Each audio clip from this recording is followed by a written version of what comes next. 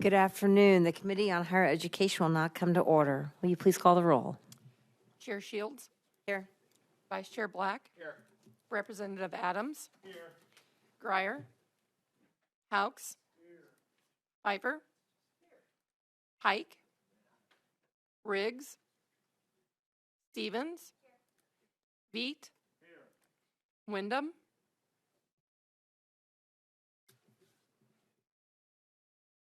Thank you. We have 7 members present, 4 that are absent right now. We will now hear House Bill 2105, sponsored by Representative Sheltoning. And if you'll please come forward, I'm going to talk a little bit about how I run a committee hearing.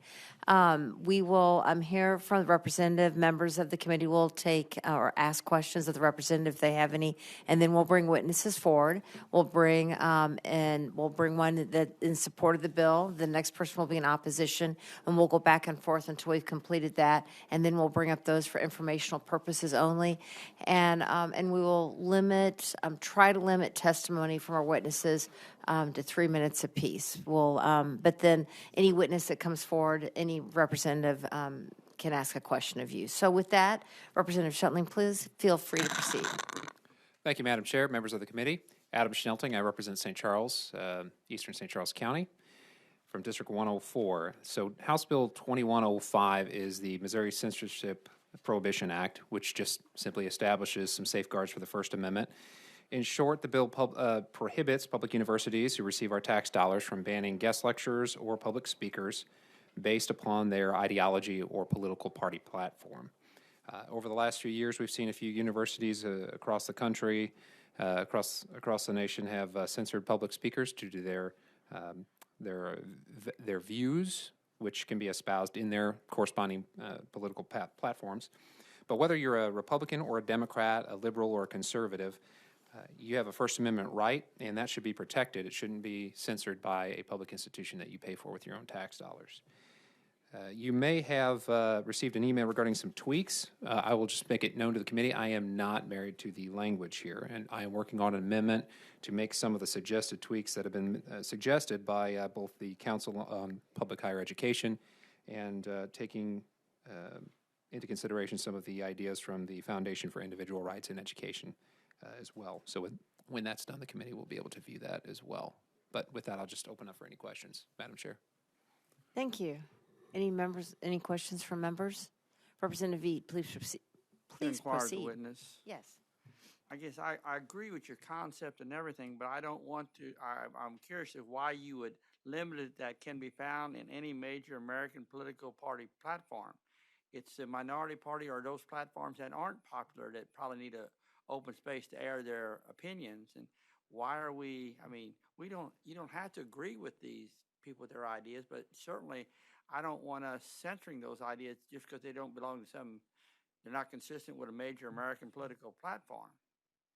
Yeah, I can understand your concern there, Representative. That one of the reasons for that is early on in the drafting process, one of the concerns was, is this going to open it up to, there was a major objection, was this going to open up to like the party platform for the Nazi Party? Small, extreme fringe groups like that versus major political parties that seem to have some semblance of social norm, some community standards in the United States. Well, that said, though, I'm not, again, married to the language. I'm amenable to opening it up. If you want to suggest language to me, I'm certainly open to that idea. Well, once we start, the subjective is what it's about, is good or bad, then we went into censorship. I understand. I don't agree with Nazism. I don't agree with a lot of things, but certainly if it's so out of step, there would be no one there to listen to them anyway. I understand your point of view. If you'd like to recommend some language to me, gentlemen, I'm certainly open to that, Representative. Thank you. Yes, Representative Black, please proceed. Thank you, Madam Chair. If I'm reading this right, gentlemen, the speech that the person might want to offer in its various descriptions ultimately has to be found in any major American political party platform. Am I reading that correctly? Not exactly, gentlemen. So I'll give you an example of essentially what we're talking about here. So say someone comes in, someone has here's an exact example. Bob Kerrey was a senator from Nebraska, and a Democratic senator from Nebraska, and he was he was their governor at one point, but his commencement speech was canceled because of his views on abortion rights, just as an example. So his speech had nothing to do with that. But he himself, he was viewed as a controversial figure for some reason. So to answer your question, no, the speech does not have to be about something in the political party platform. Okay, the speech doesn't have to. I mean, it's the words, these conjunctive words in here that I'm trying to make sure I understand the intention, and it's primarily the word "or" on line 42 of the second page. They want to censor the speaker based on the fact the speaker espouses a particular political persuasion, holds a particular party affiliation, particular political persuasion. I presume that could be, for example, abortion rights in the example you gave, or expresses or intends to express a viewpoint or ideology that can be found in any major American political platform. So with that "or" placed as it's placed, it seems to me that whatever these three preceding conditions, particular political persuasion, particular party affiliation, viewpoint or ideology, in order for the bill to be applicable,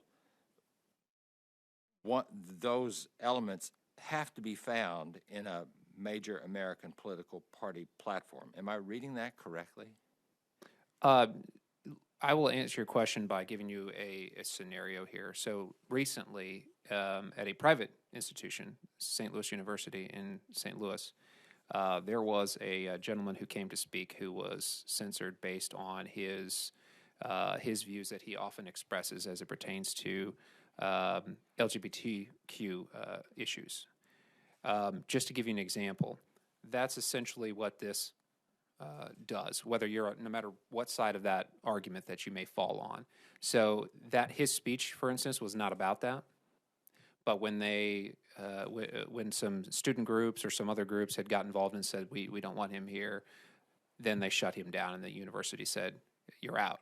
Then he moved across the street to another area that is part of the campus, and they shut him out of there as well. It was out of a church, but anyway, does that answer your question? It's not necessarily. Perhaps I'm misunderstanding your question.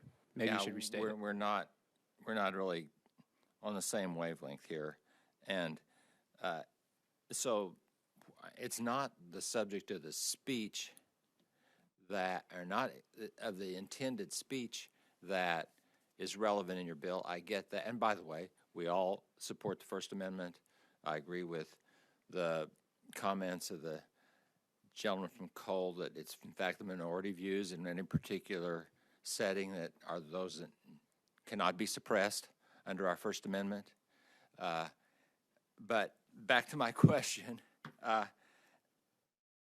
it seems to me that whatever the censorship element, whether it's at this speech or some other time in the speaker's life, for it to be protected under your bill, that I'm reading it, that viewpoint or ideology must be found in a major American political platform. In other words, for your bill to be effective, the speaker has to have at some time relied on a provision that is in a platform and is therefore subject to censorship rather than just coming to speak on any subject that might be under the sun that he's or she have previously been censored for, that the ideology that is the subject of the censorship must be contained in a major political party platform. Am I reading that correctly? Well, Representative, it's about protecting political speech in particular, not just free speech in general, but political speech. So it's going to be tied in some way to your political views. Yes, and in this language that can be found in any major American political party platform, I'm presuming, but maybe that's not the intention, describes the elements that are protected in this bill, not the First Amendment entirely, whether or not those views expressed in the platform were expressed now, or a week ago, or a year ago, and that it just can't be any. For example, the platform might say that the party is for protection of the unborn, but the proposed speaker might have commented on some other subject, like choice in schools, that might not be contained in the platform. So under this bill, if the censorship was a result of the fact that the speaker had spoke for choice in schools, which is not in the platform, would the bill still be applicable? Well, I believe that is in our platform, if Well, you're speaking. I mean, I meant a hypothetical, sir. Roger, okay, understood. Yeah. Yeah, I mean, are you suggesting that essentially the university would go ahead and just catch that speaker on something else? I'm trying to make sure, just to ensure that I understand your question. Yeah, I'm trying to find out the extent of the protections is what I'm trying to figure out. I mean, that's another subject. They're protected by free speech in the first place if it's a public institution. So I'm just trying to find out the parameters by which this bill would be applicable. And the way I read it, those parameters are that whatever the subject of censorship might be, that subject has to be contained in a major political party platform. That's the way I'm reading it. I'm asking if that's I think this essentially goes back to the other representative's question. And yes, it goes back to political speech, particularly social norms, or what we find in the major political party platforms. I'm not saying just Republican or Democrat, but you can perhaps be a little more expansive with other major parties. Libertarian is a major party in the United States, not vote-wise, but it's widely understood and known, as is the Green Party and others, to give a few examples. So yes, it would be based on some of those social norms, things that are kind of normal. We understand various parties and their issues versus a fringe group coming out and you having to address it from that perspective. But I'm open to, like I said before, I'm open to language. If you have ideas, gentlemen, to make this a little bit more clear, or something that you find more amenable to yourself, to your senses, I'm certainly open to that. I don't have a problem with the way you've drafted that language. I'm just trying to make sure that I understand what it means. I do have a question, though, on the subject of the First Amendment, and like we've talked about, a public entity already is limited by the First Amendment, and so I would be asking you why additional protection is required if a public institution tries to censor somebody because of their speech. That person already has a First Amendment right protected by the Constitution in Section 1983 to have redress under that sort of circumstance. But the way I read your bill, it doesn't say anything about a private institution, and the example you gave earlier was a private institution. And then the remedy for defamation, that's the proposed remedy that I see here, which, now we're crossing from constitutional law into tort law, and I don't necessarily see the connection for that particular remedy against a public institution of higher education, for example, unless this was intended also to deal with private institutions of higher education, which are not subject to the First Amendment. Would you like to address that question? So this bill is intended for public universities, not private. In regards to the defamation, that's a discussion that I'm going to have in regards to the amendment that we'll be working to tweak this bill. But no, this has happened at universities all across the country, public universities, University of Chicago, University of, I think, what was it, Nebraska, California, This has happened at least 3 or 4 times at the University of California. And these are public universities. These are paid for by our by individuals' tax dollars, right? So I don't think that there's ever a time that we shouldn't look ahead and say we should ensure that those rights are protected. I agree with you, gentlemen.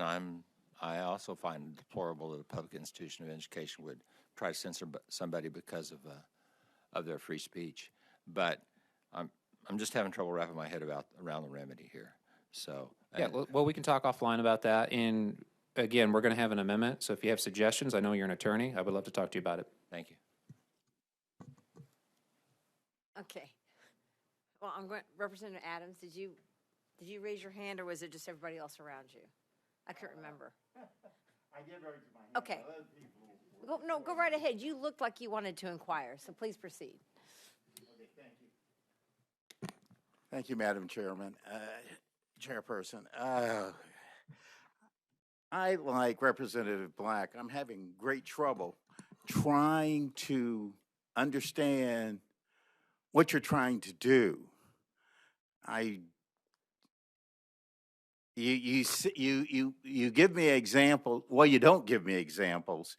You state things where this has happened, but you haven't given me an example of them banning somebody from speaking. Let me give you an example, gentlemen, if you'd like.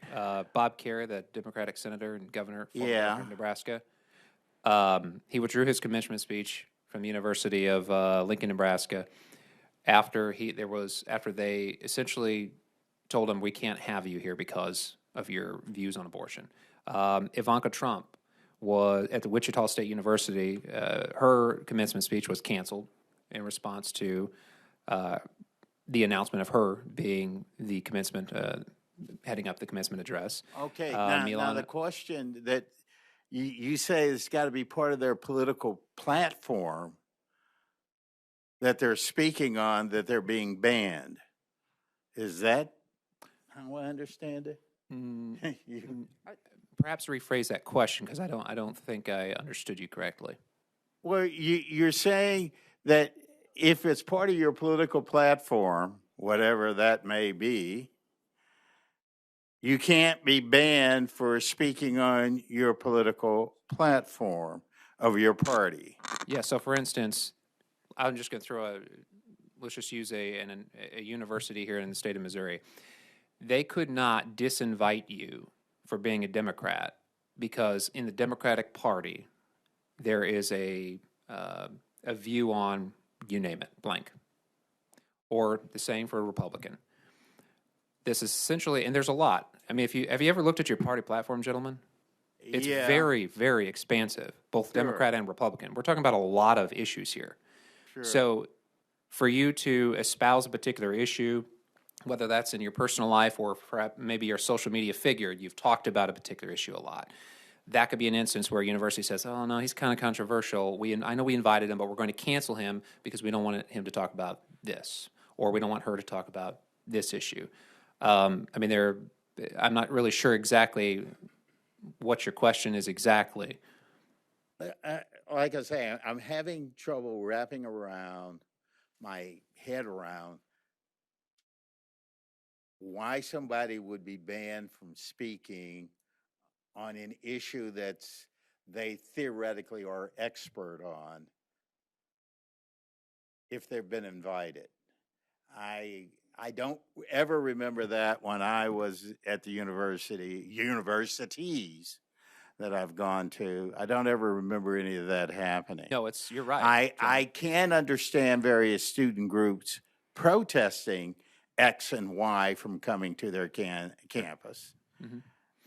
Because I was part of a protest movement at my university once or twice or maybe more. But what you're seeing is an increase in the universities saying, okay, they're too controversial. We're not going to let them in to speak. Well, I can understand that because elected officials who exist in various state capitals tell universities they can't do X and Y, and so they do get a little gun shy.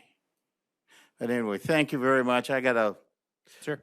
I got to talk to somebody else to figure out what's going on here because Yeah, I don't think, understand I think maybe this. look at it from a 30,000 foot view and don't get into the weeds. I think with all, I think sometimes we can really get into the weeds on any particular bill, but especially this one. I mean, we're going to make amendments to the bill on things that should be tweaked, in my opinion. But I think we need to step back a minute and look at it from a 30,000 foot view. And I hate to, and everyone's going to ask their question, but I wanted to kind of finish this up in 45 minutes. So can I ask how many, before I go to my own members, how many people want to speak on this in the audience? Okay, good.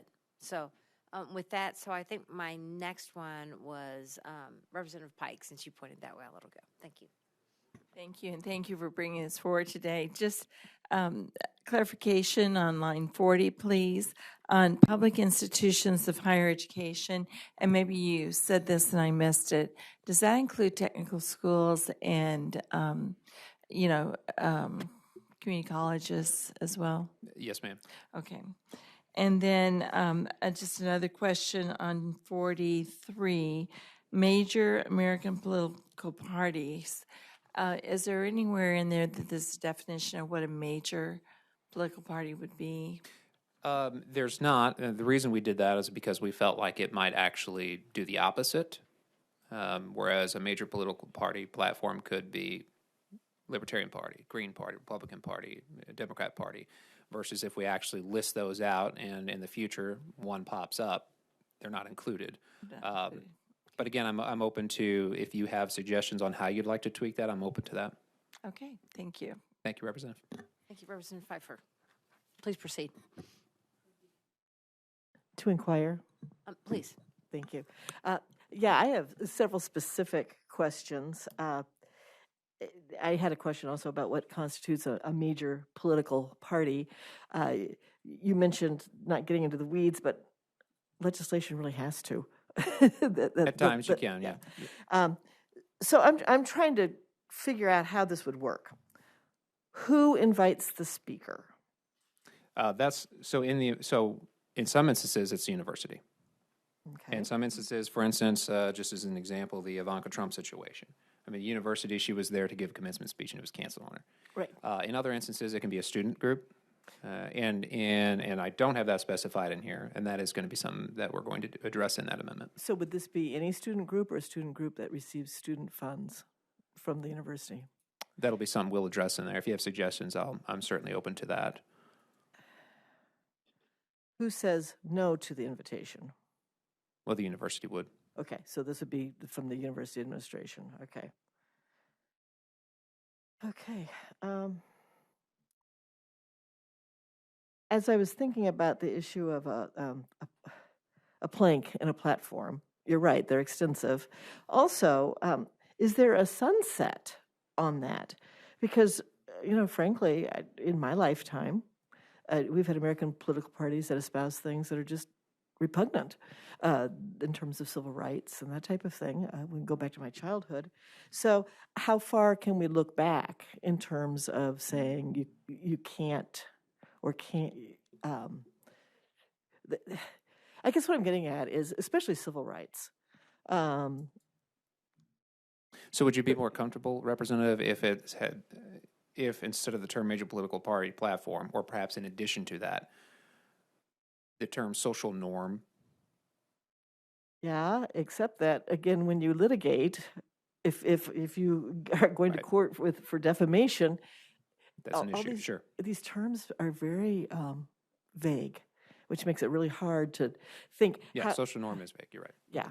So I think those are really things to think about. And I will say, this is an opinion here, this kind of bill probably has a perverse effect of chilling who gets invited. How would you suggest, or how? I think How's that, that? especially from an administrative point of view, there probably will be far fewer people who are, quote, controversial who are invited to speak on campuses if you have this kind of threat in a sense. You know, you can be sent to court for defamation or have a court case. Well, I don't know about that. I mean, if as I think the Representative Adams supporter, perhaps it was Representative Black, forgive me, I don't recall, one of them had made the suggestion that we already have these protections. Well, if we already have those protections, those universities would think in those terms as well already, unless, of course, they're willing to just disregard them. No, anyway, I'm thinking which of the is civil some action for examples we've seen. defamation. That's what I'm thinking sorry? about. I'm thinking about the civil action for defamation here. So, I mean, it's something to think about. And finally, I just want to say, University of Chicago is private. It's a private institution. So, okay, thank you. Sure. Appreciate it. I'm going to go to Representative Veet, and then I'll come back, okay? Thank you. I will be quick on this. I want to make it clear that private institutions, even though they do get public money, they're not subject to this, correct? That's correct. The other thing is, why do we need that word in there anyway? It can be found in any major political party platform. It looks to me like that's creating another area where they can use as a basis to deny someone the right to speak. And that's also another area where we're just asking for litigation, because who determines this? And I thought, isn't the public universities have obligation to allow free speech anyway? And what I don't want happening is this bill. I look at these, it's getting complicated, that they can use that as a basis to deny groups. Mm-hmm. And that's what my concern is. I don't know why we need that last language in there. I completely understand where you're coming from, Representative, and quite honestly, I agree. And going back to what Representative Pfeiffer had said a moment ago, how far she had mentioned having some sort of a sunset. Well, we're talking about two competing things here. You're talking about more free speech, and then you're talking about the concern of a group coming in that you don't agree with. So, I mean, where do you draw that balance? There had to be a baseline in the legislation, but I'm more than willing to work with you in regards to that amendment in that language. Thank you. Thank you. And Representative Stevens, To inquire, please, Madam Chair. please proceed. Thank you. I have a couple of questions. I was just curious, in getting this bill drafted, the different stakeholders that you spoke with, just a little more detail about the background of the origin of this bill for you. Just drafting. Oh, okay. Just drafting, and a couple colleagues. Okay. And then, so based on this language, do you think that, I remember when I went to Mizzou, in addition to like speakers coming in and things, a lot of times we would have displays on campus that would come in, or exhibits. Do you think under this language that would be protected as well? Under this language, are you referencing, Representative, if a speaker comes in and brings those with them? Yeah. So that might be part of the talk or anything like that. I would certainly say props. I guess I suppose it perhaps may depend on how long they would have those there with them. Okay. Not 100% sure on that question. Sure. And the reason I ask is thinking about different institutions that get our public tax dollars, perhaps when we're fleshing out this bill, thinking about protecting other institutions that get public tax dollars, like, for example, here in our Capitol. We had a really unfortunate incident that I believe was censorship this fall when we had the LGBTQ exhibit here in our Capitol. And so, with talking about your bill and maybe expanding amendments, thinking about, protecting those things from coming into public spaces that get public tax dollars, just throwing that out there. Are there any members of the committee that have any additional questions? Thank you. I told you this was a very inquisitive committee. Do you have anything else you'd like to add? Again, I'm not married to the language of the bill. I'm willing to work with the representatives who had a few questions, especially on the legal aspects. Certainly open to that, making some adjustments to the bill. Other than that, thank you, Mr. Chair, or Madam Chair. Thank you. Thank you very much, Representative. With that, I would take anybody that would like to testify in favor of this legislation. Is there anybody in the audience opposed? For informational purposes only. And please make sure to have your witness form filled out before you speak. Thank you so much. Proceed. Good afternoon, Madam Chair, members of the committee. Paul Wagner, representing the Council on Public Higher Education. The only thing I wanted to mention, it's already been brought up, but our only concern was the lack of clarity in the bill in terms of what constitutes an invite. Who can offer the invitation that would trigger this bill, so to speak? Would it be obviously the university itself, or a student group, or would it be like an individual student, an individual staff or faculty members, a member of the general public? I think it's important that that is clarified along with a lot of the other things that you all have mentioned. So I would just like to put that on your plate as far as questions we think it's important to answer. Happy to take any questions. Thank you. Anybody have any questions of this witness? Seeing none, thank you very much. And is there any additional person for informational purposes only? Okay, seeing no further witnesses, this will include the hearing on 2105. Thank you. Now, we will hear House Bill 1683, sponsored by Representative Brown. If you'll please come forward and present the bill, we are certainly ready for you.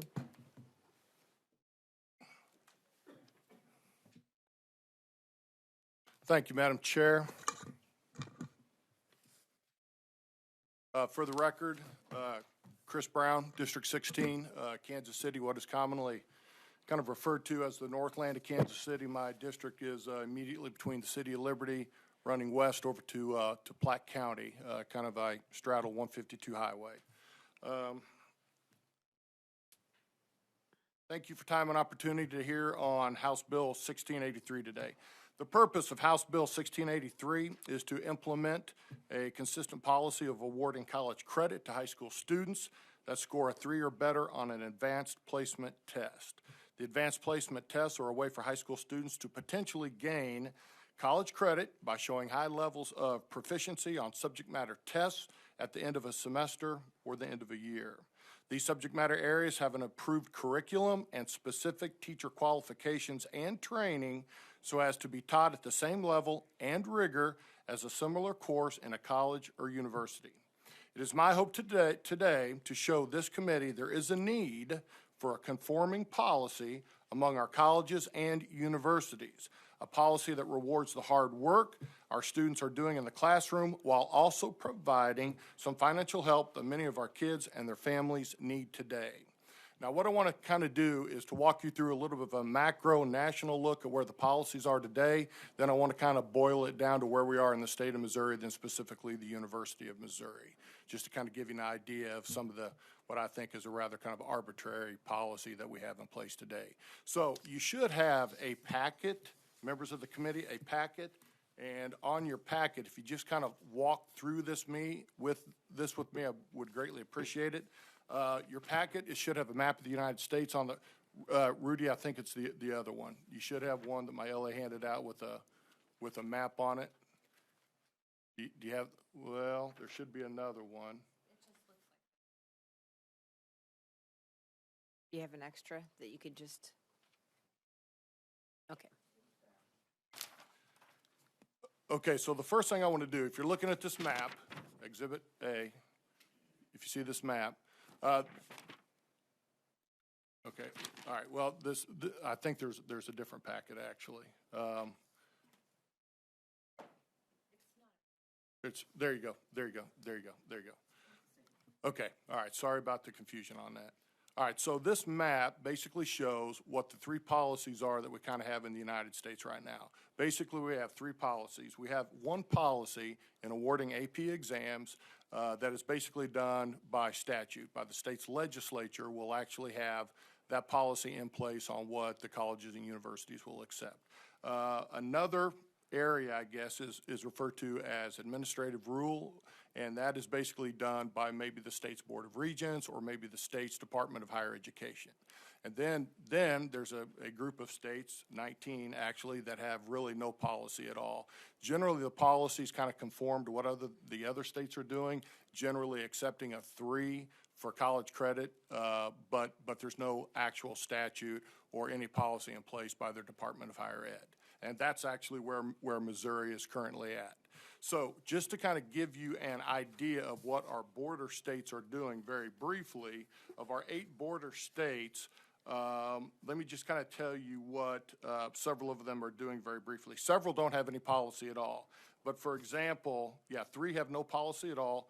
2 have legislative policy, 3 administration. So real quick, Arkansas, this is their policy, and I quote, it says, under this policy, this is what Arkansas does. Institutions should award course credit to students who score a 3 or higher on any advanced placement AP exam. Illinois, beginning with the 2016-17 academic year, scores of 3, 4, and 5 on the College Board advanced placement examinations shall be accepted for credit to satisfy degree requirements by all institutions of higher education. Kansas, each state university shall award credit for all advanced placement examinations with scores of 3 or above. Kentucky, the Council of Post-Secondary Education shall promulgate administrative regulations that require public post-secondary educational institutions to grant credit towards graduation to a student who scores at least a 3 on a College Board advanced placement examination. Only Oklahoma deviates a little bit. Oklahoma says this: in establishing the minimum required score on an AP examination for granting course credit for a particular lower division course, state system institutions shall not require an AP score of more than 3. Policy exceptions may be granted if a state system institution determines, based on evidence, that a higher score on the examination is necessary for a student to be successful in a related or a more advanced course. So generally speaking, all of our border states, and there's a reason why I'm saying that. I'm going to show you later. I think we're losing a lot of students to, in particular, the state of Arkansas, and some of it may have to do with our AP policies that we really actually don't have in place. All right, so nationally, some of our border states, and then if you would humor me, do you have this handout, overview of AP credit? Next page. Overview of AP credit policies? And this may be a trip down memory lane for some of you in terms of where you went to school at, so this could actually be somewhat interesting. All right, so real quick, I want to walk you through this. All right, so on the front, this just says in the middle, AP credit and placement policies in Missouri. It lists the top 5 universities in which people submit AP credit for. You've got the University of Missouri-Columbia, you've got Missouri S&T there in Rolla, Missouri State University, University of Missouri-Kansas City, and then Truman State at Kirksville. All right, so if you turn the page, we've got all of the colleges and universities in the state of Missouri on these next 3 pages. Now, as we go through here, I'm going to point out to you the different kind of criteria that the schools are using when they're accepting AP credit. And if you would also humor me, I taught United States government and politics for more years than I care to remember. It is down there, 3rd from the bottom. If you'd follow along with that, I'm going to attempt to show you some of the randomness in this and why we need a conforming policy. So, for example, on the first page, up at the top, it goes from Crowder College over to Missouri Southern State University down in Joplin, okay? Basically, everybody on this page will take a 3 for college credit. Now, probably the largest university here is Joplin. Missouri Southern, they literally take a 3 for all courses there. Okay, across the board. Now, there's a few blanks where maybe they don't offer something, but they take a 3 up and down for college credit. And if you notice, my course, United States Government and Politics, a 3 across the board. If you would turn the page, up at the top, the schools go from like Missouri State down in Springfield, you've got Missouri Western and St. Joe, you've got Maryville, you've got Cape, all, some fairly large universities up at the top. So, for example, if you want to look at my United States Government and Politics, all across every one of those schools except a 3, every one of them. Okay, now, here's where we start to see things kind of diverge a little bit. For example, Missouri State University at Springfield, they have 14 courses that they offer. Well, they will not accept a 3. You have to have a 4 or better to get college credit. Again, from your AP score on an AP test, which is scored 1 through 5. And maybe I should have backed up and explained that. But anyway, so there are 14 courses where they will not take a 3. You have to have a 4. Go over to Maryville. Well, actually, the next one, St. Joe, up and down the board, they take a 3 for everything. You go over to Maryville. They have 9 courses where they will not accept a 3. Look at CAPE, Southeast Missouri State University. Up and down, everywhere they take a 3 for credit from an AP test. Now again, let's go back to my United States government and politics, all the way across to 3. Turn the page one more time. I'm about done. Turn the page one more time. Here we have from St. Louis Community College over to University of Missouri St. Louis. Again, if you look here, for example, University of Central Missouri, Warrensburg, they have 3 courses where they will not accept a 3. Look at the University of Missouri, Columbia. Okay, they have 19 courses where they will not accept a 3. 19 courses.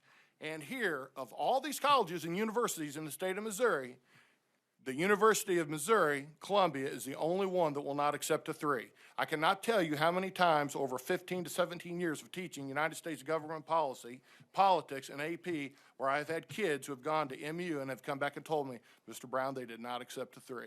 I did not get course credit for that AP exam. So and here's what's odd. Look at this. Go up that line, University of Missouri, comparative government and politics. Now, those 2 courses generally are very similar, right? It's all within social studies, comparative gov compared to just United States government politics. One is a 4, one is a 3. How random is that?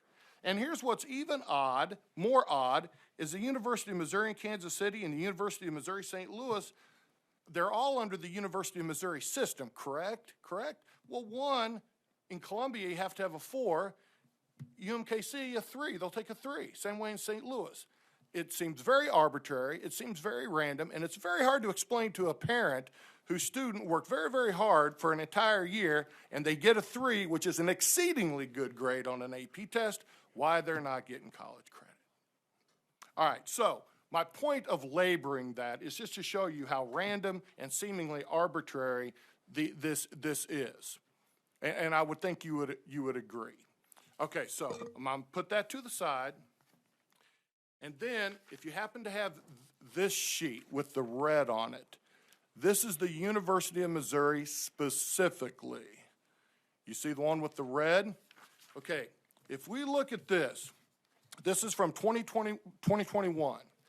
Generally speaking, kids, when they send an AP test to a school, not all the time, most generally they're probably going to that school. And a lot of times they will send a cluster. You know, maybe they took 4, 5, 6, 7 AP courses when they were in high school. So they'll send all of those to the University of Missouri. Some may not get accepted, some may. So the bottom line is, if you look at this, it shows you the number of courses where the University of Missouri accepts credit, but then it shows you for the score of 3 that they don't get credit for that score. And when I was teaching at Staley High School, I don't know if you know Staley High School, it's in the North Kansas City School District. Most kids, AP students, which are the cream of the crop, they're the best of the best. I mean, these are high-achieving kids. Usually the big 4 classes that they took was AP Gov, usually Psych, usually English Lit, and usually Biology. I mean, those were like the ones that most kids took. Now, of course, they may vary from that from time to time, but those were the big ones. And if you look at that on the University of Missouri, they don't give credit for any of them for a 3. None. And again, you're talking 4 classes, 12 potential credit hours. That is almost a semester. I mean, that's almost a semester. Not to mention, that's probably $4,000 to $5,000 too in terms of tuition and books. That parents could have that in their pocket and kids could not have to pay that out. All right, so anyway, if you add up all of those, down at the bottom, you see the yellow there, that comes to 1,176 hours in 2021 of credit not accepted by the University of Missouri. At $308 per credit hour, that comes to over $360,000, $362,000. That, again, could be in the pockets of your constituents. All right, one reason I took this. Representative, can I ask a question while we're on this? Because I don't quite understand. So let's go to biology. Yeah. They didn't accept the 43 Right. students that had a 3, but didn't they accept the 35 students that had a 4? Yeah, correct. So Yeah. how do you come across to 215. Oh, because the 43, those are students, that's 43 scores. That would be 3 credit hours per score. And The 215 is a credit hour, not how many students took it and didn't receive it. Thank you very much. Yes, that's credit hour. Exactly. Okay. Anything else while I'm there? Okay. Next, the reason I took time and opportunity to look at those border states is because we're losing kids. We are losing kids out of the state of Missouri. Do you happen? This is my last handout. I promise you. I don't know if you have this handout or not. AP College, Missouri. I don't know if you have that. Okay. So, and if not, I can just tell you.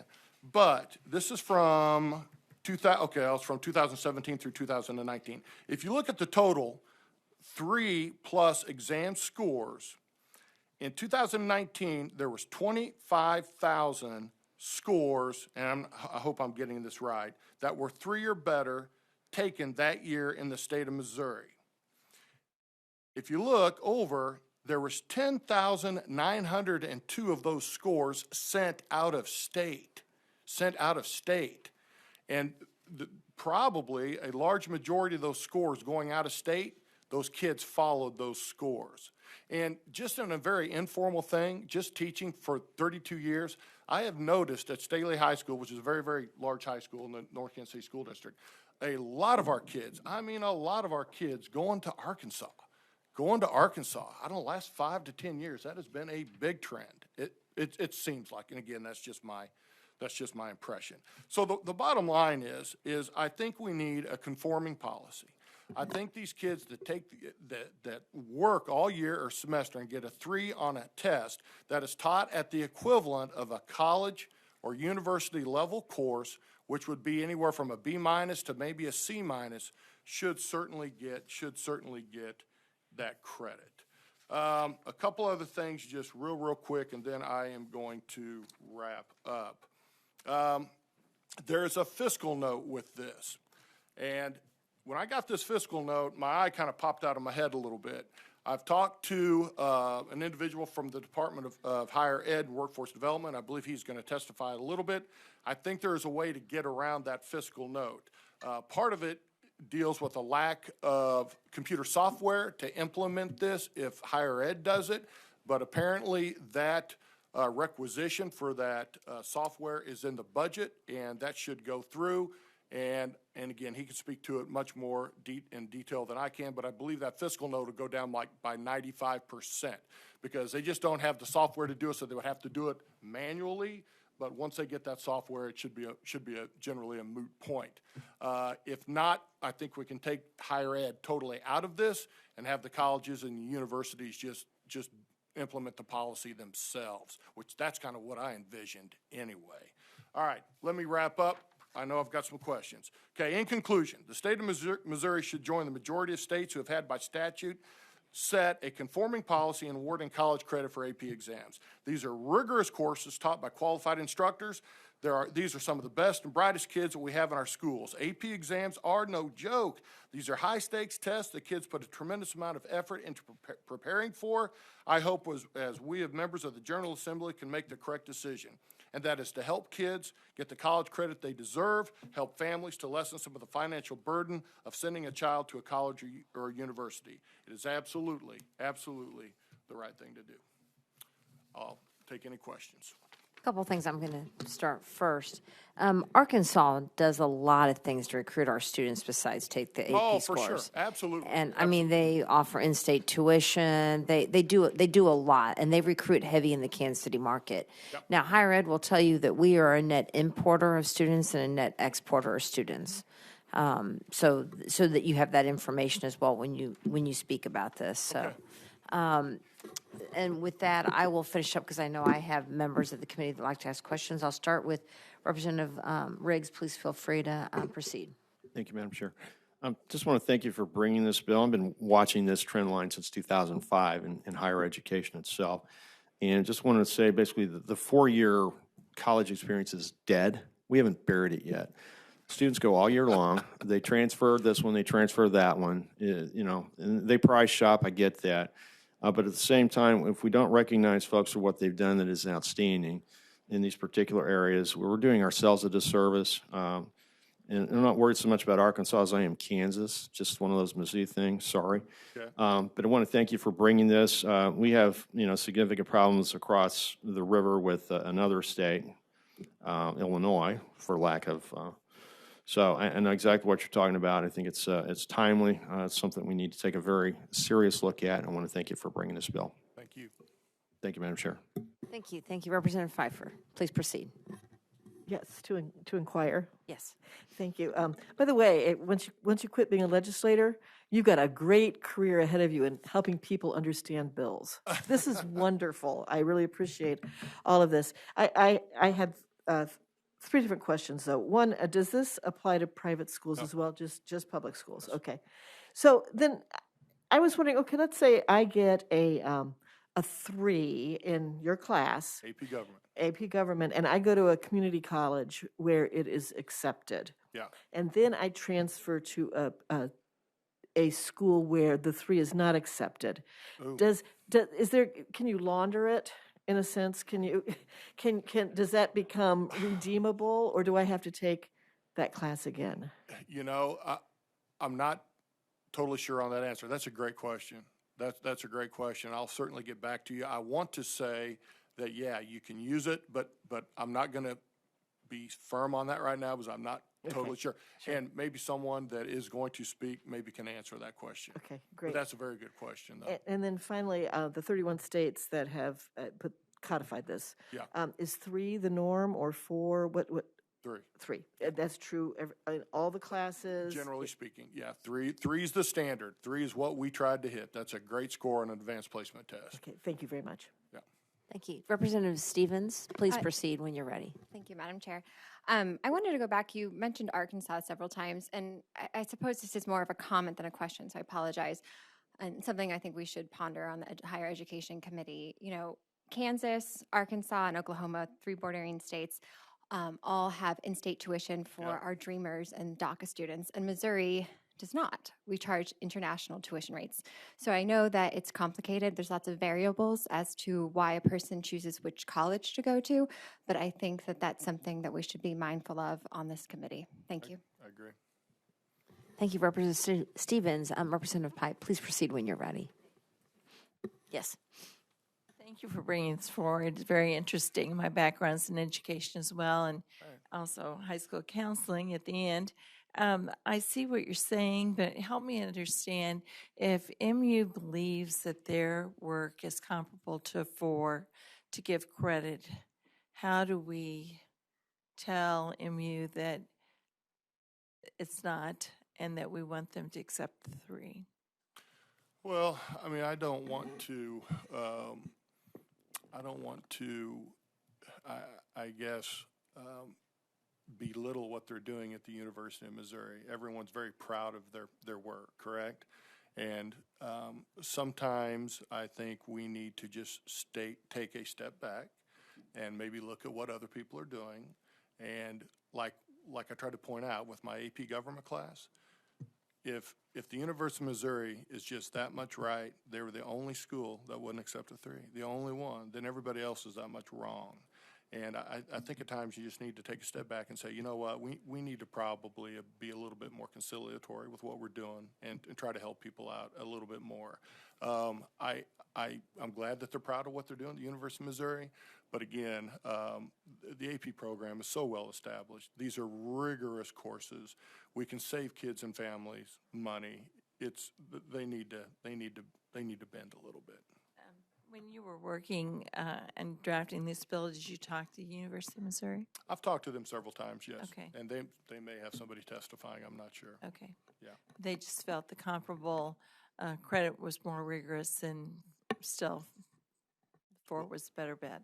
What's that? So they felt like their courses were more rigorous and the 4 was a better match. I don't know, really, if that is the thing. I don't want to say something out of line, but it may come down to money.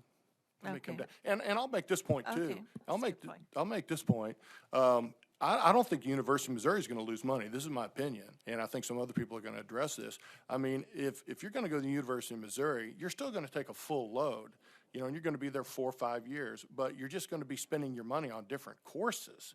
It's not like you're going to go there and just not take nine credit hours that first semester and only be there and take 5, 6, 7 hours. You're still going to take 15 hours. You're spending their money on campus, but you're just going to be that far ahead. Okay. Thank you for brainstorming. Thank you. You bet. Thank you. I have an additional question. Has there been any data collected to know how a student performs? They've received a 3 on the government class. They've then had to take it at the university. And do we know what their grade is and how successful they've been? Representative, there may be. I don't have any at this time, but I certainly would look and try to get that to you, though. I mean, I think that would be interesting to know if they're right or they're wrong, to know how that student performs. And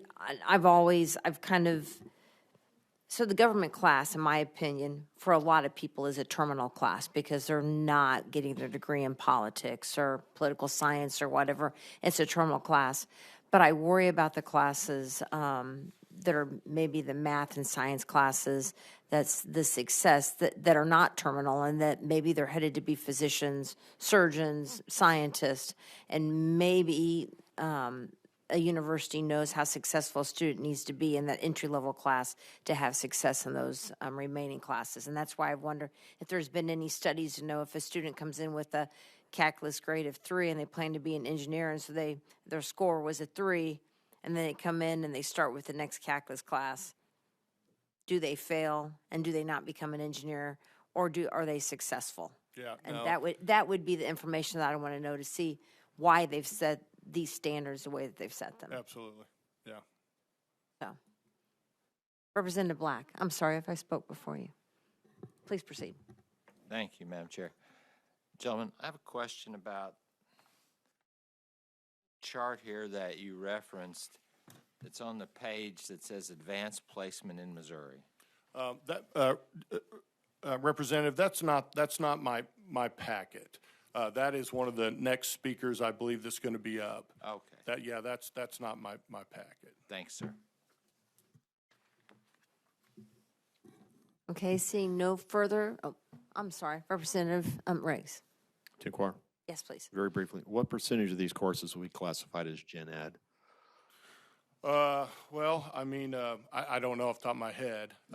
You know, you've always got, like, you know, your psych and your English stuff, you know, your History. I guess your 101 requirements that you have to have that are not specific to your career study, whatever your major may be. So I don't know what percentage Representative Riggs might be considered just your. If you could break that out a little bit, would appreciate it. Sure, absolutely. Thank you, Madam Chair. Absolutely. Thank you. So how many people do I have in the audience that plan to testify today? All right. And we have 30 minutes, so there's about 10 of you, so I do ask you to stay to that 3-minute time frame. And with that, we'll take the first person in support of this legislation, please.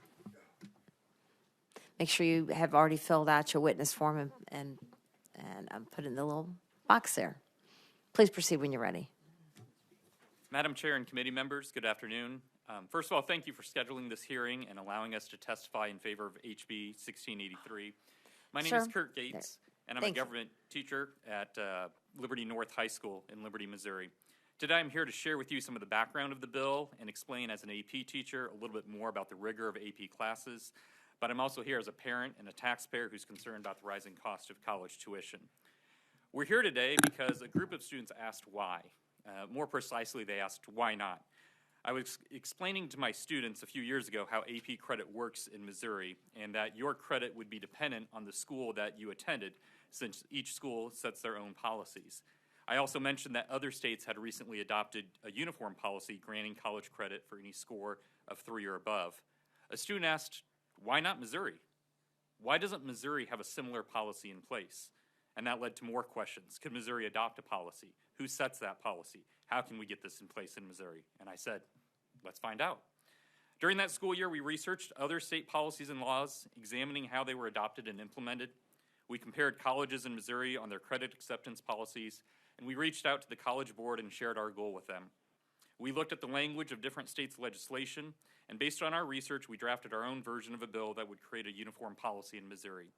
We contacted our state representative, Mark Ellebrot, and shared our initiative with him. He first proposed this bill in 2020, and our students, much like today, were able to testify and discuss the merits of this policy with legislators. Unfortunately, COVID-19 caused a temporary shutdown of the Missouri General Assembly just 2 weeks later, and momentum for the passage of the bill stalled. Representative Brown, himself a former AP government teacher, understands the value of this legislation, and we're so happy to be partnering with him.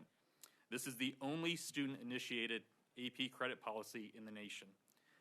To say that this has been an amazing learning experience for our students would be an understatement. AP classes provide academically motivated students a rigorous and challenging curriculum that's developed, approved, and evaluated by college and university faculty. We use a college-level textbook.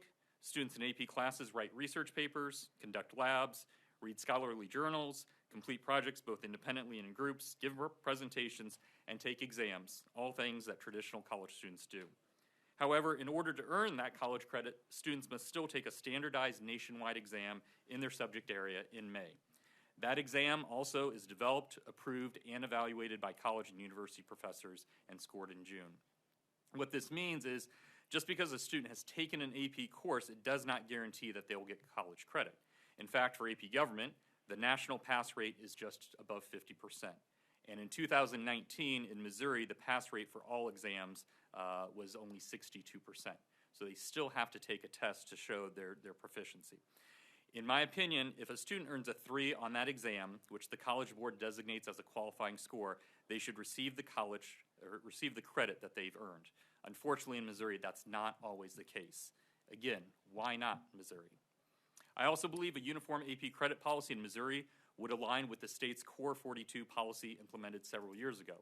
The completion of the Core 42 at any public institution of higher education will transfer to every other public institution of higher education in the state and substitute for the receiving institution's general education requirement.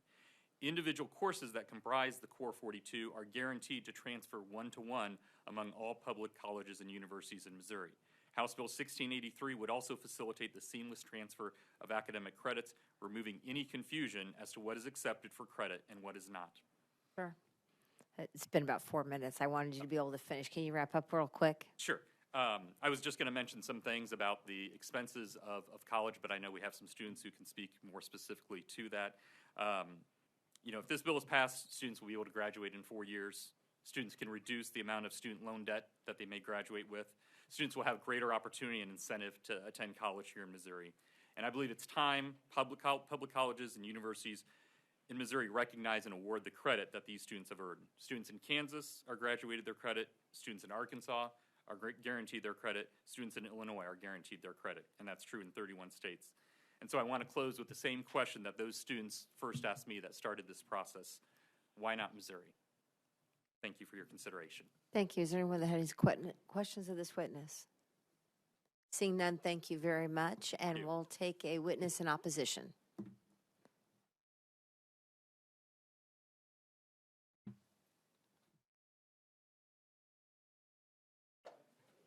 Thank you. And please proceed when you're ready. Madam Chair, members of the committee, Dusty Schneiders with the University of Missouri System. I wouldn't say that we're necessarily against the bill. I think there's, and we've talked before, I think there's room for improvement that we can do at the University of Missouri System. One of the things that I would suggest is piggybacking off what Madam Chair said was, if they score a 3 and they're thinking about becoming pre-med, and they score a 3 on their AP biology or AP chemistry, is that really a strong foundation to build off of if they get those courses and they advance on to their degree? So we would really suggest if it does not, if the AP course and the student scores a 3, and if it's not in their major, we would be very supportive of the bill. That's the only suggestion that we really think that could really help this bill. and I'd be happy to answer any questions. Yes, Representative Veet, please proceed. Does universities have any input on these ACT exams, what's in them, tracking them? That I don't know. I can figure that out for you. Thanks. Representative Pfeiffer, please proceed. Is there any information from the 31 states that have the uniform standards about whether or not that intro level of biology or chemistry or that type of thing has actually made a difference in their graduation rates for students? It seems to me that would be the place to look. Yeah, I'm sure we have that information. I can have someone try to dig I that would be very information interested up. in that. Thank you. Yeah, and I would like to see some data. Do we know of students who were not successful, and then they wasted that money on that second class that they failed? And I mean, because this is all kind of on. We want to save students time and money, and I agree they'll take a full class load if they go, and they maybe will graduate earlier, but we'll get a new class. I just hate to set students up for failure. Yeah, we want to give the student the best means to have student success, and if again, if you're pre-med and you score a 3 on your. So I just want to make sure that these aren't arbitrary scores. I'd like to know if there's any data that supports them, and I think we can find some of that out from Representative Pfeiffer's question. What have other states seen? Yeah. And we certainly have some data that shows if a student's been able to be successful, if they've gone on. If we could have some of that so we can make some informed decisions, that would be wonderful. And another thing that I would say is we have 13 unique different universities and different qualifications to get into those schools. And so it's the one size fits all. It seems it seems nice and easy, but we all have different missions and we all have different sets of standards in how you get into each university. But I certainly want my biology class that I got a 3 on to count if I'm going to become an English teacher. Yes, absolutely. That seems kind of Yes. but that's why I talk about it being a terminal, or if it is one that continues on to someone's success in college. So, anybody else have any additional questions? Representative Wyndham, please proceed. Thank you, Madam Chair. I noticed there's a difference in what score qualifies at different universities. Is that specific? Is that because? Why is that? I won't lead you. I'll just ask you why. Why can you get a 3 at UMSL for credit and you have to get a 4 at Mizzou or UMKC? That's a very good question. I'll have to go back and figure that. As I said, we have room for improvements. We need to go take a hard look at how we assess these things, and so I can't answer that question at this time. Okay, thank you. Yep. Thank you, Madam Chair. Thank you. Thank you very much. I appreciate it. And I think you turned in your witness form.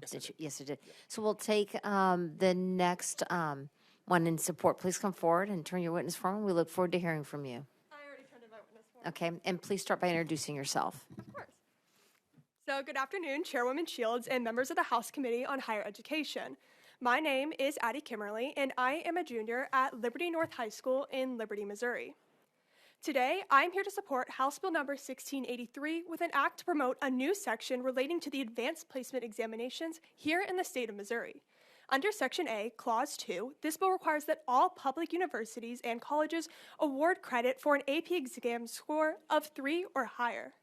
As someone who has taken an AP exam last year and plans to take 3 more in May, this is a bill I can relate to personally. After spending an entire school year in an AP class and then more than 4 hours cooped up in an exam room, I was thrilled to finally open my results and find out that I had earned a 4 on my AP World History exam. While I was happy with my score, many of my friends and classmates were not as happy with theirs because they had received 3s and were upset and worried that their efforts could have all been for nothing. It's important to note here that the College Board considers a 3 to be qualified, meaning students understood and were able to execute the material to the point that they could have easily passed the college class, also meaning that they passed their exams. So why were my peers so upset? Well, right now, some of Missouri's colleges and universities are not recognizing this score for credit, which ultimately hurts students, discourages their hard work, and puts barriers into their education.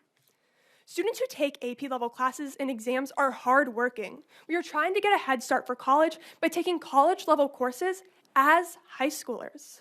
In my case, AP-level courses not only prepare me for higher education, it saves me money on tuition if I'm able to receive these few credits. To put it more simply, it's less than $100 now in high school compared to more than $1,000 when I reach college later. By passing my AP exams, it saves myself, my family, and so many others like us thousands of dollars for college, which opens up doors for us to actually go to school, to earn degrees, and to better our home state of Missouri after we graduate. As I mentioned before, I plan to take 3 AP exams in just a few short months, in addition to my ACT and other high school classes. That's a lot for me as a 17-year-old to prepare for. By simply passing these tests, it should be something worth celebrating. Which is why I encourage you, as members of this committee, to vote in favor of House Bill number 1683 to ensure that all the time I spent learning, studying, stressing, and practicing were well worth it. We are hard workers. We have college-level knowledge. We have proven this by passing these exams. So all I ask of you is to make sure colleges acknowledge it. I thank you all for giving me the opportunity to speak and for listening to us as we show our support. And I'd love to answer any questions you all might have. Thank you very much. You did a great job. Any questions from the representatives to the witness? I can handle them. Come on, guys. Yes, Representative Pfeiffer. To inquire, Yes, where do please you proceed. get your energy? I drank 3 Red Bulls before I came here. I was prepared. I'm joking. More power to you. Thank you. But no, I'm actually really excited to be here. It's honestly one of my dreams to be a representative or a senator in my state or maybe federal. So it was a really cool experience to talk to you guys. So again, if there are no questions, I thank you all. Thank you very much. Thank you for coming today. Are there any other witnesses in opposition? Seeing none, we will proceed with our next witness in support.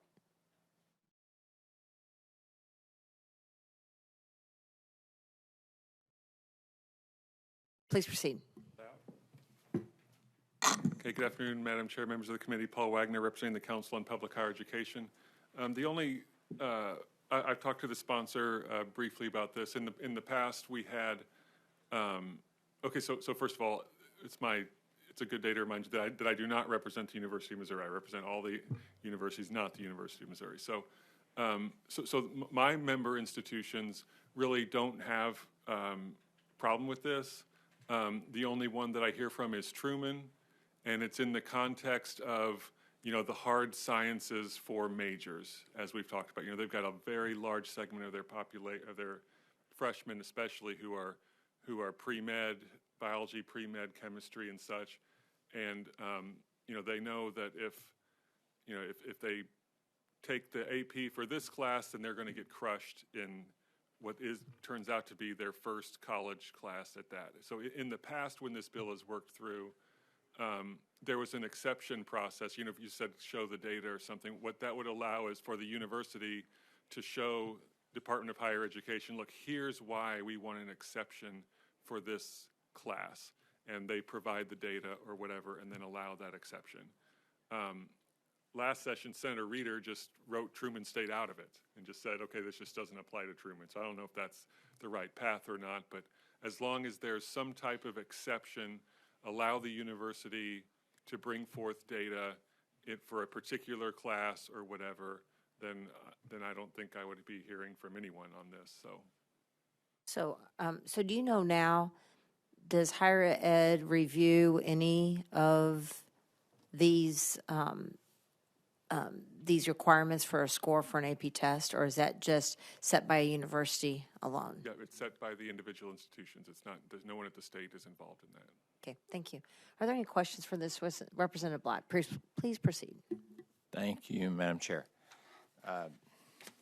Mr. Wagner, have you reviewed this? No, packet? I haven't seen any of the material you all have. I've stuff that I've looked at in past years, so I have a general sense of the lay of the land, but I've not seen that. It's possible, Madam Chair, that I've missed the witness that provided this Let me information. speed read real quick. Okay. Just kidding. I'm just kidding. Well, you are. Appreciate that. Okay. There's a chart. This in the plastic. I have no idea Okay. what you've got there. It is in the plastic, and it's after the bill. It's this one, Mr. Wagner, that Okay. says AP placement in Missouri at the top of the page. Okay, yeah. And Yeah. perhaps there's somewhere in these materials indicate, it says College Board. This chart says that in 2019, are you with me, Mr. Wagner?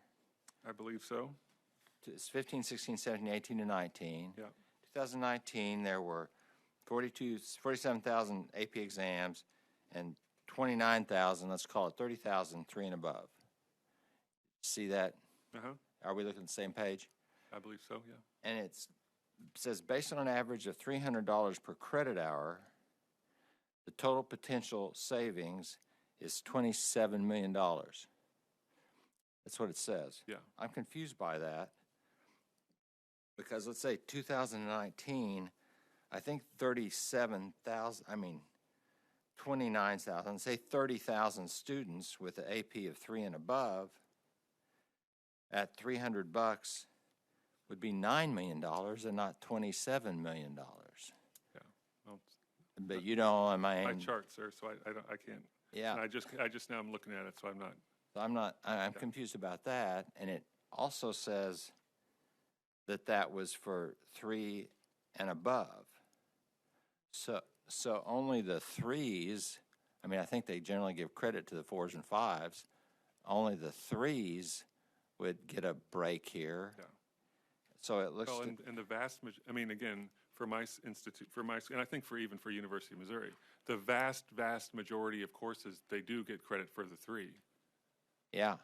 Yeah, and so that would cut that down even more. I'm pretty confused about those numbers, Mr. Wagner. Well, I think maybe it's just like, here's all the good that the AP exam does. Not that it's about this bill, plus or minus for the bill, but overall, this is how much money students are saving by doing AP courses instead of taking them at the college level. So not specific to what's in or out, depending on this bill, but just the universe at large.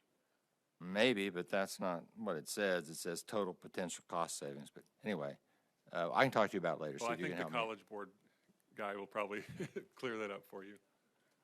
But I hear what you're saying, yeah. Thanks. Are there any other questions? Yes, Representative Pfeiffer. I'm going to circle back again on the 31 states that have this as the standard. As I look at that map, there are a lot of institutions that are well-regarded research institutions, big state universities, part of the extension program, land-grant universities that accept the 3, I guess uniformly across the board. So, if it's good enough for University of Virginia and Purdue University, University of Texas at Austin, it just seems to me that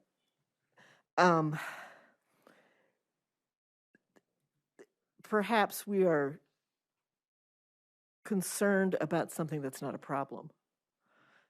Truman State, for example. If Truman State went toe-to-toe with Purdue University, I have a lot of confidence in our Missouri students, but Purdue doesn't seem to have a problem with it. So that's something to keep in mind. So thank you. Yeah. Are there any additional questions for this witness?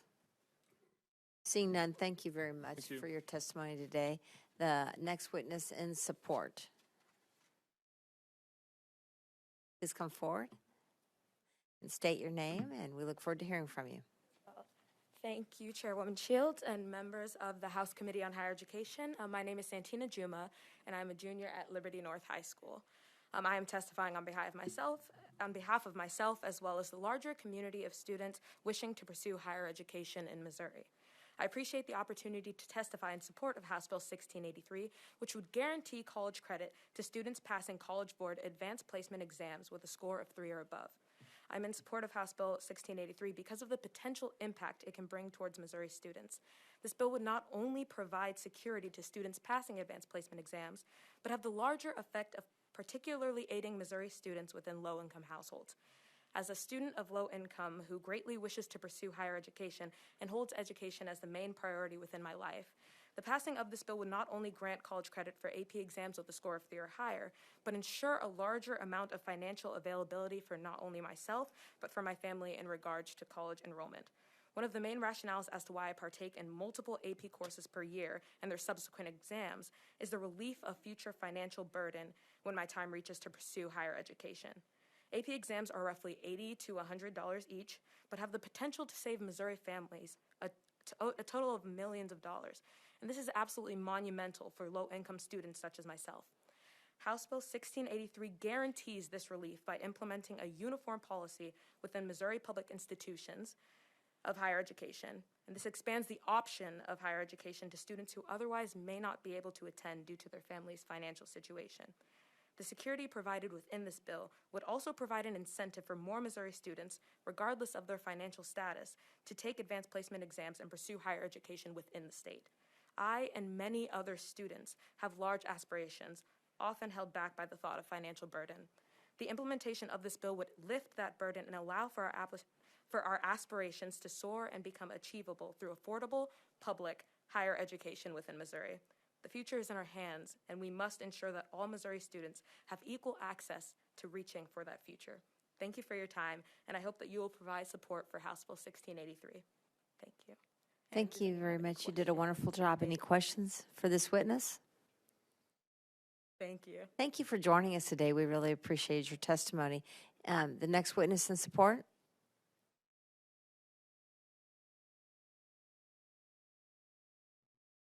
Please proceed when you're ready, and if you've turned in your witness form into the box. I have, yes. Okay, thank you so much. Okay. So good afternoon. Thank you guys for letting us come here and speak. I was one of the original juniors who helped draft this House bill and gained some interest for it. My name is Ella Pritchett, and I am currently a student at the University of Missouri-Columbia. I am a sophomore studying secondary education with an emphasis in social studies, so my hope is to one day be a AP teacher, AP History, AP Gov, that sort of thing. And I just wanted to share a little bit about my experience taking AP courses in high school, and then also like as a college student. I feel like I might be able to answer some of your questions that you've had, particularly about the college experience. So I'll get through my spiel, and then I'll kind of open it up for you guys. So I just want to go ahead and talk a little bit about credit at Mizzou. So the cost per credit hour for me as a Mizzou student is $321.30 a credit hour. As of last week, I checked my last bill. And while I'd love to kind of discuss the tuition rate at public universities, I know you all want to go home tonight, so I'm just going to put a pin in that one. I took the AP government exam in high school, and I scored a 3, which is a passing score. Unfortunately, at Mizzou, a 4 is what they want for Poli-Sci 1100, so I did not end up getting the credit for that course. So I will have to take Poli-Sci 1100 hopefully in the fall. That's kind of how it aligns with my degree plan. I will be spending $963.90 just for the course itself. That covers the credit. There's an additional $189.90 course fee through the College of Arts and Sciences. And then I'll be spending at least $50 in textbooks, and that is after some of the student aid that we get through, I can't remember what it's called, but there's a program where they help give discounted textbooks to Mizzou students. So that totals out to at least $1,203.80 for one 3-credit hour class. There are countless of other students across the state who have had similar experiences to mine and are paying thousands of dollars for classes when they have already learned and been tested over the material for a fraction of the cost. If I had gone to another university like Truman State, Missouri State, or another school in the University of Missouri system, such as UMKC, I would have received the credit. That also would have been one less class I would have had to take at the University of Kansas or Arkansas, and as a Mizzou student, we got to do better than KU. I mean, it's embarrassing. I've always been interested in government and history, and this experience has elevated that passion. After 2 years at Mizzou, I have found that the AP classes I took in high school are just as challenging as the classes I am taking now. The rigor of these AP classes I took in high school have prepared me for what college would present me with, and I believe they are an adequate way to gain college credit at a fraction of the anticipated cost. Now, as a secondary social studies major, this bill holds even more value to me. I hope to one day be a high school AP teacher in Missouri, and I want to teach AP and honor courses. Passing this legislation is important to me because one day my students will be taking the same AP tests that I took. I will be teaching them to the best of my ability, and I will be hoping that they too can pass and get the credit they have worked so hard for. With this bill, my future students, who are currently middle school and elementary school students, could save thousands of dollars on their education. I want to give my future students, and students I will never meet, a fighting chance at getting the college credit they've earned by College Board standards. High school students in Missouri and their families deserve to save thousands of dollars on their education, just as their peers in neighboring states do. And if you guys have any questions, I would love to take them. Okay, I'm going to start with Representative Pike. Please proceed with your question. Thank you. That was very, very nicely presented. And thank you, Madam Chair. I wanted to ask, you took other AP courses? I did. And were they a base for then later classes that you took? And how well did you feel prepared? Yeah, so in high school, I also took AP Environmental Science and AP World History, and then I took some dual credit courses as well. And I ended up scoring a 4 on my AP World and a 5 on my AP Environmental Science, both of which Mizzou accepted. Those applied as general eds for my major, so I was able to get the credit out of the way for those. And I would also feel that those classes, the AP Environmental Science and the AP World, did set me up for success when I got to college because of how quickly the courses moved, because college classes do move very quickly. And then also just just how rigorous the course material was on par with college as well. Thank you. Thank you, Representative Black. Please proceed. Thank you, Madam Chair. Thank you for being here. I think Dr. Gwaltney offered a suggestion, which I believe you've confirmed. These courses are, these tests you take are for the course, for the entire course, correct? So if you pass a course score, then you have received credit for, in your case, a 3-hour class, right? Yes. So the numbers in the chart then that might say it would be multiplied by 3 by numbers of hours, I believe that was your testimony, which could explain the $27 million. Yes. There's still the question about 3 and up, but I think your testimony helped clarify that question for me, so I thank you. And also something I want to add is different courses at Mizzou have different, you have a different credit hour for each one. So Poli-Sci 1100 is a 3 credit hour course, which is $300 a credit hour. And then, for example, one of your biology courses with a lab is going to be 5 credit hours. And then there's additional fees on top of that for lab materials, course fees for that specific college. So when you're looking at those numbers, it's not just divided by 3 because there's 4 and 5 credit hour courses too that are offered at Mizzou. Thank you very much. Of course. Any additional questions for this witness? Seeing none, you did a great job. Thank you very much. We really appreciate it. Of course. Thank you, guys. I hope I was able to clarify some things for you. Is there any other witnesses here in support? Great, we got through y'all. How about informational purposes only? Okay, we will see if they kick us out of the room. Please come up quickly and proceed.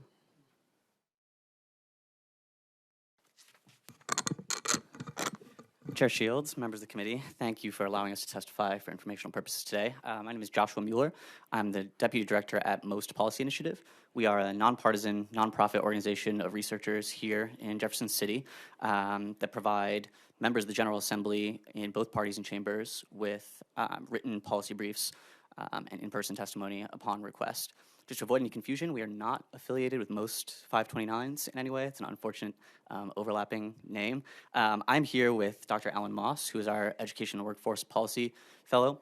He has written a brief about college credit based on AP scores that was submitted as written testimony. It's also hosted on our website for free with all the other policy briefs we've written. And I'm going to turn it over to him to let him address some of the questions you may have about data and studies surrounding AP scores and college performance. Yeah, happy to do so. So again, my name is Dr. Alan Moss, and I'm going to run you through a few of the studies that I've looked into this. First off, by the College Board, there was a study that had a large sample size, and they found that students with a 3 or higher, so they had earned a 3 or higher and had AP credit in advanced classes, tend to score equivalent or higher scores as students who had taken the introductory classes. Additionally, a few studies have found that students with AP credit tend to have a increased probability of graduating on time or early. Students with an AP credit, course credit, are more likely to participate in advanced coursework has also been found. One study in particular at Mizzou found that female students who earn AP credit from STEM-related AP exams tend to be more likely to take higher level STEM courses. So this suggests, since it wasn't found in males as well, that AP courses might be one way to close the male-female gap in STEM classes. Now, AP credit isn't much good if you don't take a class or don't have access to taking one of these classes and earning the credit. So a few studies have looked into potential barriers for taking AP classes and being awarded this credit. They have found that income, race, and geography all tend to be barriers or can be barriers to accessing these benefits. One particular example might be rural high schools who, for example, are less likely to offer AP courses to their students. Participation for low-income Black and Hispanic students in AP courses has been increasing over time, but there are still gaps in certain classes such as computer science. And one potential barrier might be the cost of AP exams, which right now cost $96 for Americans to take. And so there are many different structural barriers that are preventing students from potentially being able to take classes. And because of that, some of the limitations of these studies is that they're not purely randomized, that the people that have these credits might have other factors that might be contributing to the fact that they have earned these credits. So with that, we also produced a short science note. I can make that available to anyone on request, of course, and I'm happy to answer any questions. I'm sure we have questions of this witness. You did a nice job. Thank you. Anybody have any questions? Person Adams, please proceed. Thank you, Madam Chairman. I just want to make sure you get that information to us.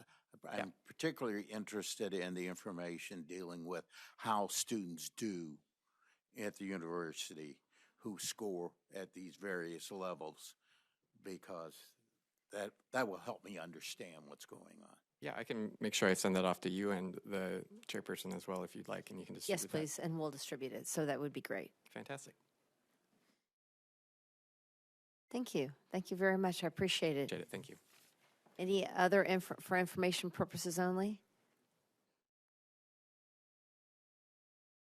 Thank you. Good Guys, for afternoon. hanging here with us. Gary McCann with the Department of Higher Education and Workforce Development. Just want to talk briefly on the fiscal note. As Representative Brown indicated, there's pretty much kind of two ways you can implement legislation like this from the department level. One is manually or have a more automated system. And so right now, the Core 42, which we've spoken about briefly today, we do that as a manual process. So we reach out to institutions, get the course descriptions, crosswalk that with other institutions, and we work with faculty members, academic advisors in order to do that. It's a very time-consuming process, and so that's why we have our Core 42 automation system in HB 5 requested, which could help with this at this stage within the purview of Department of Higher Education and Workforce Development. So that's about $680,000 plus of the cost, and not including kind of other maintenance type fees on top of that within ITSD's projected costs. Rest of it is really just $45,000, I believe. So happy to answer any questions you may have on that, but I just want to explain that portion. There's also talk about if you were to take higher education and workforce development out of it and have the institutions just agree to accept the 3 or greater, we could maybe come in as if there's a question of a 4 or greater that they want to make sure stays in place, maybe we can help in that regard, but just want to provide different options and scenarios in which you could consider.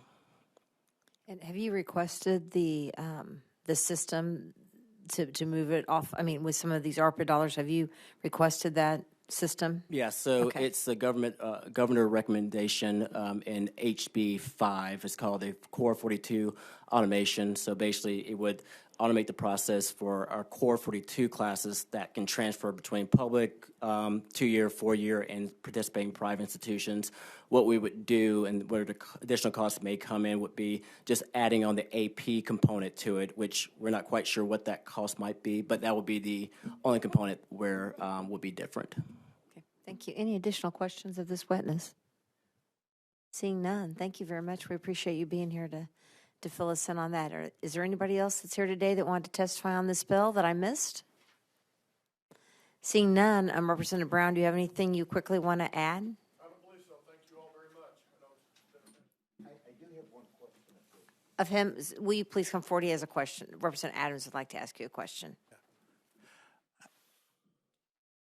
Representative Brown, I noticed there wasn't any indication of S&T on your chart. That's all.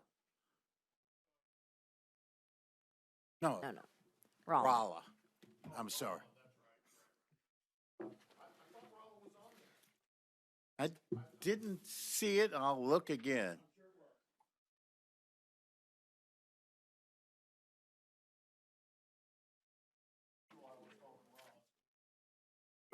Me too. I know it as Rolla too, but trying to get with what it's called now.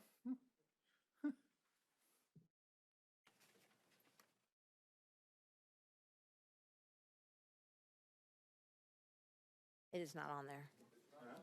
It's not on there.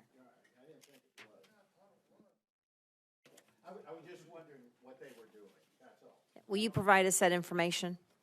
Thank you. And if you'll just provide it to me and we'll send it out. So seeing no other witnesses, this will conclude our hearing on House Bill 1683, and the Committee on Higher Ed is now adjourned. Thank you very much.